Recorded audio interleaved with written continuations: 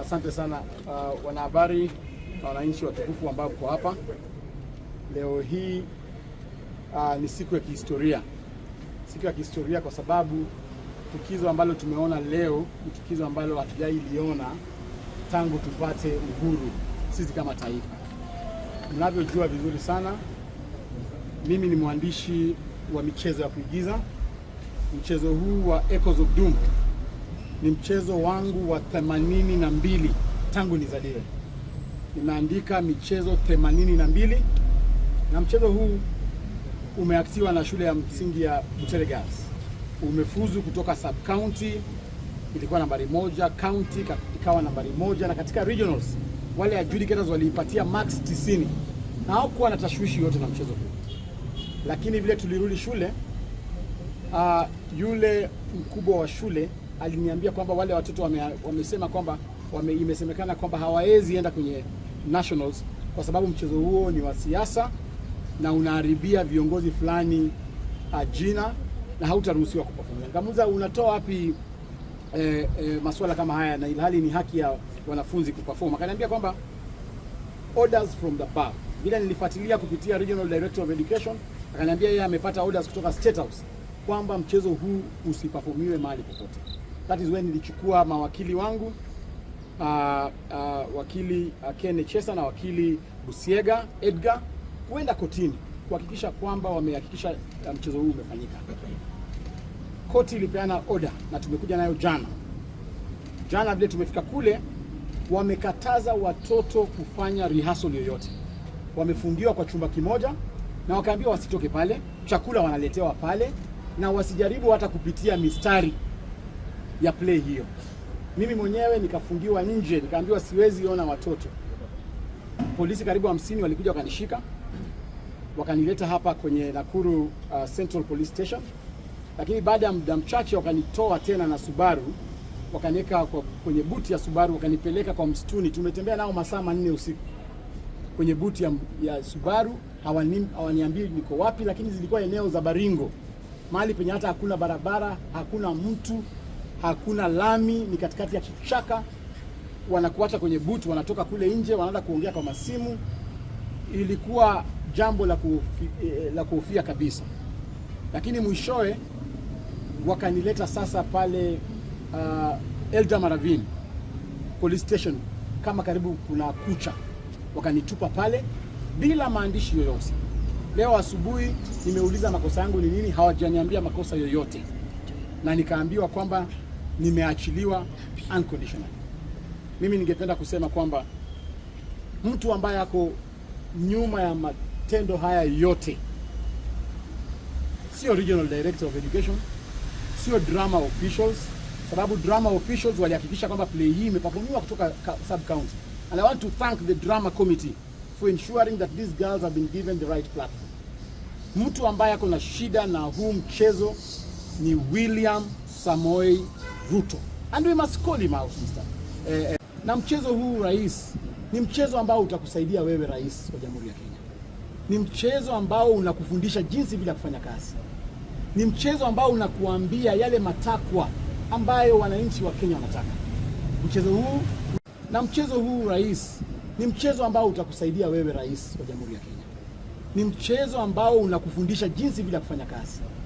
Ni mchezo ambao unakuambia yale matakwa ambayo wananchi wa Kenya wanataka.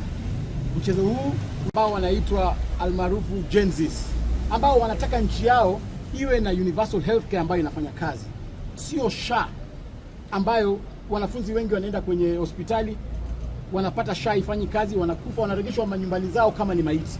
Hawa wasichana wa Butere Girls wanakuambia wewe rais kwamba hiyo SHA ni lazima itafanya kazi, upende usipende. Jambo la pili, hawa wanafunzi wanakuelekeza kwamba wanaelekeza good governance, free of corruption. Wanasema kwamba hawataki mambo ya ufisadi Kenya hii. Kama watu wako hawezi kuambia, basi wanafunzi wa Butere walikuwa wamekuja leo kukuambia they want a country that has got good governance and that is free from corruption. Jambo la tatu, hawa wanafunzi wanataka ile education system yao iwe education system ambayo inawasaidia. Umeona tuko na shida mingi ya CBC, tuko na shida mingi ya university funding model. Mchezo huo unaangazia Gen Zs ambao wanasema kwamba wangependa rais uangazie masuala ya masomo. So shida iko wapi bwana rais? Mpaka unapiga watoto na tear gas. Jana mlitumia live bullets kwa sababu wamefanya mchezo wa kuigiza. Na mchezo huu hawajataja jina lolote. Mchezo huu umewekwa katika setting, fictional setting kule Middle East ambayo inaitwa the Royal Velvet Emirates. Sasa wewe Ruto ulikuwa rais wa Royal Velvet Emirates siku gani? Hawa watoto hawaongei directly juu yako. Wametumia majazi, jina za majazi, symbolism, idioms, metaphors. Wanajienjoy tu wakicheza kwenye mchezo. Kama watoto wanakogopesha hivi. Sasa je, sisi tukikuandama 2027 si utaua kila mtu katika nchi hii? So I want to call the international community to step into this matter because the rights of the children have been infringed and it's only the international community that will salvage us. Mimi nashukuru sana waheshimiwa ambao wamesimama kidete, Mheshimiwa Eugene Wamalwa, Mheshimiwa Rigathi Gachagua, Mheshimiwa Eugene Wamalwa. Nashukuru sana hata chama cha ODM nimeona wametoa statement ambayo kukashifu mambo hii.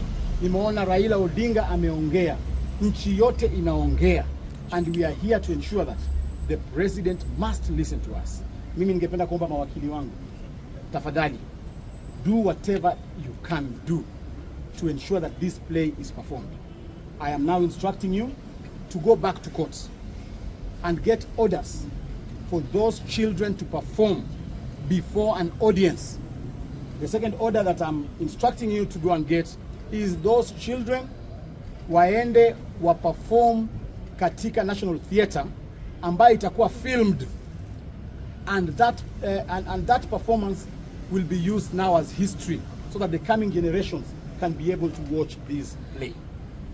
Yesterday after we were chased with tear gas, what exactly transpired? Because within seconds you were gone. Yeah, nilitolewa katika gari yangu, walipasua kioo moja kwa gari yangu, wakatupa ndani pilipili ambayo ilikuwa pale ndani, so ikaanza kutuchoke. So ilibidi nitoke na wakanishika, wakanipeleka hapa Nakuru, na vile nilisema tukapelekwa katika msituni. Nikatolewa hapa Nakuru police station, nikapelekwa msituni usiku nzima. They didn't harass me. We have a very disciplined police force, by the way, because they didn't harass me. They had the option of beating me up in the wilderness, but they didn't do that. Nikisema kwamba polisi walinipiga, nitakuwa nadanganya. Hao polisi walikuwa nafuata masharti ya mtu ambao walikuwa naongea nao kwenye simu. Na ningependa tu pia kuwasherekea kwa sababu walikuwa na option ya kulimaliza jana usiku. Umezungumza na cast yako kwa sababu baada ya kurushiwa tear gas kuna baadhi ambao walitoka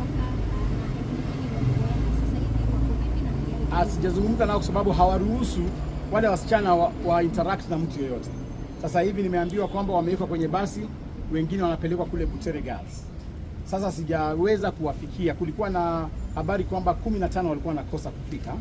So wale 15 ningependa kuripoti kwamba wazazi watulie, kwamba hao watoto walijipata walijipeleka kule kwenye camp yao na wamefika kule. I have a very competent cast. Ile cast ambayo inajua kutumia akili. And I want to take this opportunity to celebrate the heroines of Butere Girls today. It will be inscribed in history that you are there when the history of this country was being written. And I want to take this opportunity to celebrate you and tell you that as a nation you are loved. Asante sana. Tukio la leo linamaanisha nini kwa festivals, the drama festivals? Hii tukio kwanza ni kusema kwamba hatutaki interference na the political class ama the administrators katika Kenyan National Drama Festival. These are festivals that we celebrate. These are festivals that has nurtured some of us. Ningependa kuomba vijana wote ambao wamegadhabishwa, all directors, all teachers ambao wamegadhabishwa na neno hili, watulie kwamba we are going to follow the right procedure for Butere Girls to perform. Na tunataka zile plays zingine, zile items zingine ambazo zimekuja kuperform hapa Nakuru zipewe nafasi. The festival should not be interrupted kwa sababu ya hii tukio. Festival ipewe nafasi because we also don't want to infringe into the rights of other children. Waruhusu items zote za festival ziperformiwe and no item should be censored. Ikiwezekana hata waniite leo usiku niangalie zile items hazija perform, naweza weka kitu moja ama mbili ambayo inaweza saidia katika dissemination of information. I still have more items. Personally, I had 7 plays that I had scripted in this festival. 5 of them managed to come to the nationals. I want to announce here that you'll be seeing some of my plays being performed on that stage, and I will personally ensure that they disseminate the right information. From your own assessment, how could you have performed? The names of the plays and the schools. No, I can't, because they will be victimized. From your own assessment, how could you have performed if your girls managed? Of course, we are up to the task. I have told you I have the best cast. I have never trained such a cast since I started this profession. I have the best cast, and I want to believe that if given opportunity, Butere girls is going to shock everyone, including William Samoei Ruto. There are people who are saying that you are using the juniors for a political call. What's your say about that? Go read the set books those students are doing right now. Samaritan, Fathers of the Nation, all of them are political.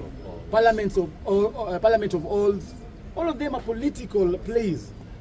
And therefore, these children, the thought of you thinking that they're children, that's where you go wrong. These are people who are informed. These young children are people who are seeing what is going on in their country, and they have a right to speak. Go read the Children's Act, go read the Education Act. They have a right to speak, and they have a right to be trained by anyone. And do not look at me from the lenses of a politician. Before I became a politician, I was an actor, then a director, then a politician. So look at me as a director and not a politician. And this will not stop me from doing what I like.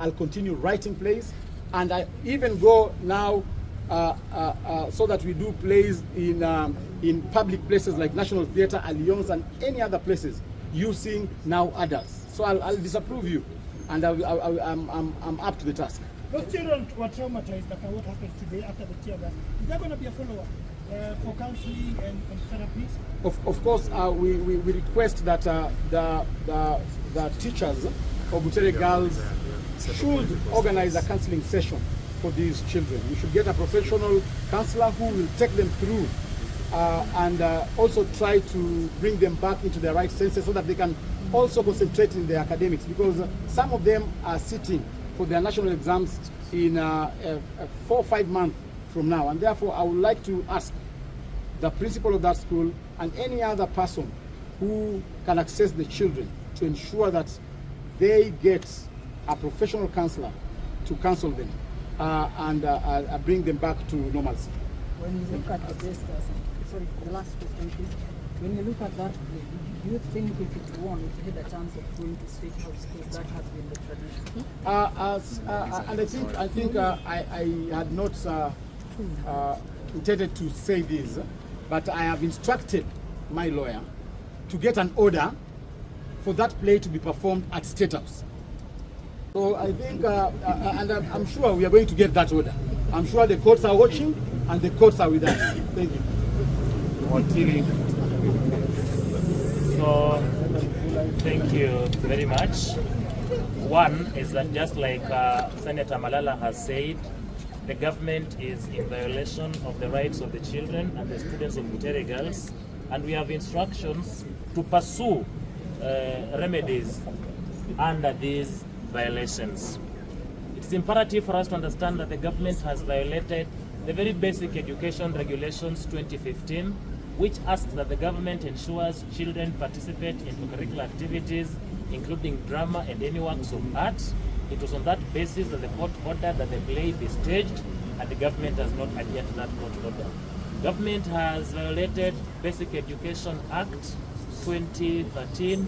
Government has violated the Children's Act as well as the Constitution of Kenya. So we are going back to court to cite all the players for contempt. In law, ignorance is no defense, and all people who are involved in this will face the consequences of the law. Right from the principal Butere girls, who was issuing unconstitutional, illegal and retrogressive directions from the time the students left up to the time they were ordered to go back to Butere. to the Regional Director of Education Western Province, who acted out of ignorance in implementing the orders of his bosses, to the PS, all of them, the heads must roll. If we would not get justice from the Kenyan executive, because the judiciary has already done justice by allowing the play and issuing the orders that have been disobeyed. We are, as a state now, we are in violation of our international obligations, observing the treaties that we have signed and executing them in good faith under the doctrine of Pacta Sunt Servanda, that honor the provisions of the treaties that you've signed in utmost good faith. We have violated the provisions on the Convention on the Rights of the Child, as well as the provisions from the African Charter on the Rights and Welfare of the Children.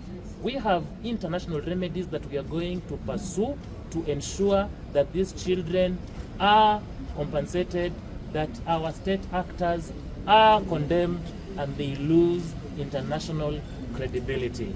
I want to thank Senator Malala for standing strong, even in the wake of blackmail, in the wake of frustrations, to ensure that the rights of the children are upheld. And as he has rightly said, we have a reason we call the house on the hill State House. It is not a state home, it's a state house. Every Kenyan reasonably can access that state house and do what the regulations require them to do. We will be moving to court for contempt, and we will be saying that the orders of this court were not respected. And even if the drama festivals are ended, it must be ordered that Butere girls students be given an ample opportunity to stage this play to the public and any other Kenyan who might have been interested in watching it. And if Kenyans sitting at such a forum approve it, then it will have to move to State House and be presented in gala posthumously. Even if you died on a voting day, you can still become an MP posthumously before a by-election is held. And then invite my learned senior, the Honorable Eugene Wamalwa, with whom we've worked together to also comment on this subject. Thank you. Wakili Bushega. Thank you for this opportunity. My name is Bushega. One, the right, the freedom of expression as captured under Article 33 of the Constitution of Kenya is explicit. The same had been given sound and basis by the courts of law, Lady Justice Okwanyi. The government has acted in impunity, disregarded the same, and ensured that the girls have not performed. Of course, the law provides recourse in terms of pursuing contempt. Simultaneous with that, Senator Malala has been arrested and detained in Communicado. That falls under false imprisonment. Certainly we'll pursue that and ensure that justice is done. At this point, I can guarantee that the law as it is, in terms of the constitutional strictures, is well captured, is well elucidated, and we are hopeful that with the judiciary that we have, at the end of the day, the girls and everyone shall have his and our way. Thank you so much. Thank you very much. I think let me start by saying pole to my brother, Senator Malala. He's gone through a lot of trauma since yesterday in this beautiful city of Nakuru.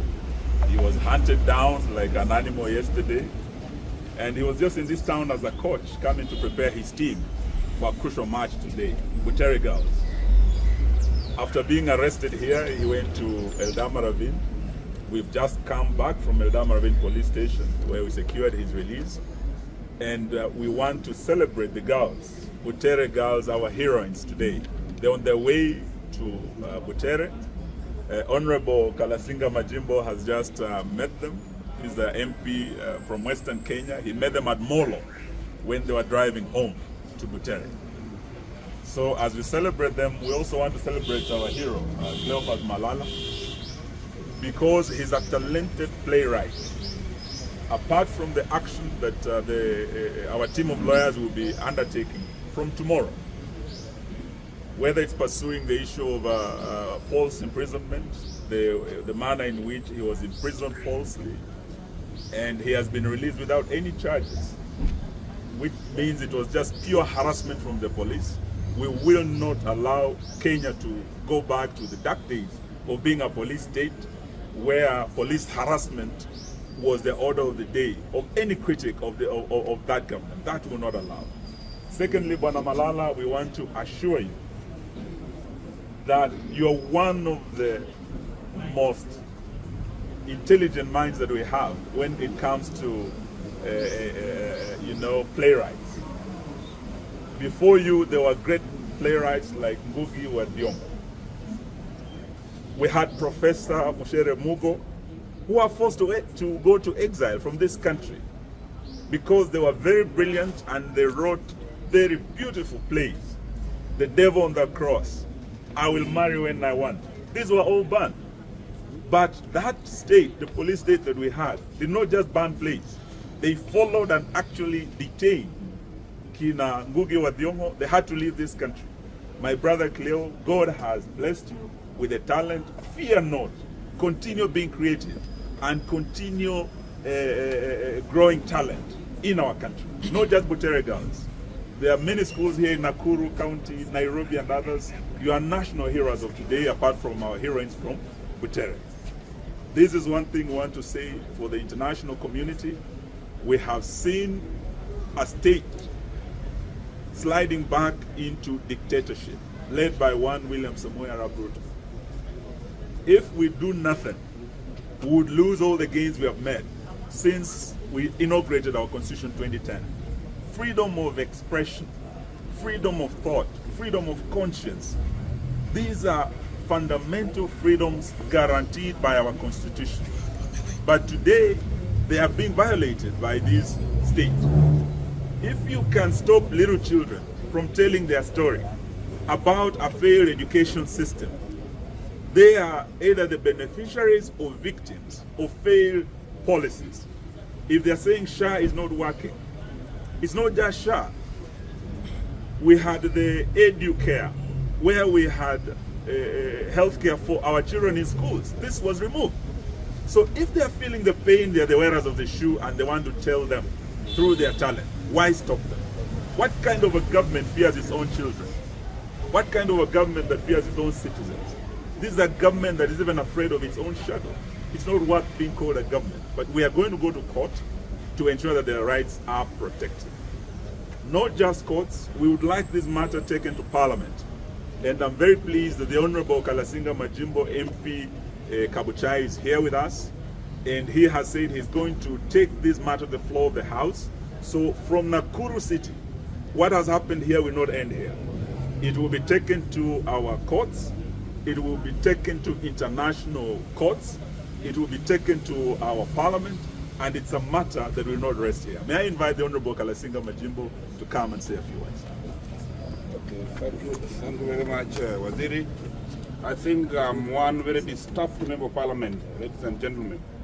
Yesterday night when I was watching news, I think to be particular I was watching Citizen News, I was touched by the brutality the police were handling the journalists, particularly a lady who was carrying live news, live Citizen. The girl was tear gassed 3 times. But I want to say that's a very brave lady. She stood firm. Yes, the Marianne, she stood firm. She was tear gassed, she was beaten, but you could still hear the voice.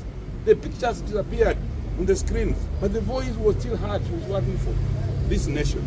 I think where we have reached, the freedoms we gained, we must regain it again. And we must go back to the floor of the House, as I've just said. We are going to raise this matter. I'm going to request for a statement from the minister to explain, actually, where were these distractors when these girls were performing on the sub-county level? Where were they when they were performing on the county level? Where were they on the regional? Now they are on the national. When did they know that this is a wrong play? That is the question. I want the minister to explain to us, if somebody was sleeping on duty, then who first slept on duty?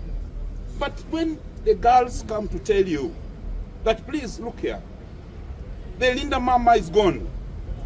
Our mothers can never deliver like they were delivering before, free of charge. And then a husband being given a child, these are bundles of joy. Now it's not there. If the new funding in more, the students are suffering. I raised a question on the floor of the House the other day, which I was asking, why do we place students, we call it coops, It places students in private universities and state universities. Those in private universities don't benefit from the fund of the government. And you see, you get the same grade. Those are questions these kids are asking. I came here to stand in solidarity with my brother Malala. Cleophas Malala, we are not in the same political party, no. We are not from the same counties, no. But we share the mind. We are the same age set. We share a vision. We have a longer period to stay in this country. We can't ruin it. I want to say this here today, like I am a Kenya Kwanza member of parliament, but I'm known for being a rock MP. I voted no on the first finance bill, you know, right? I voted no on the second finance bill, you know. I refused to fight Kashagwa, you know. So today I'm saying I'm refusing this bad act that is taken to our kids. I came here to stand solidarity with Malala. You are joining the echoes of war. Thank you very much.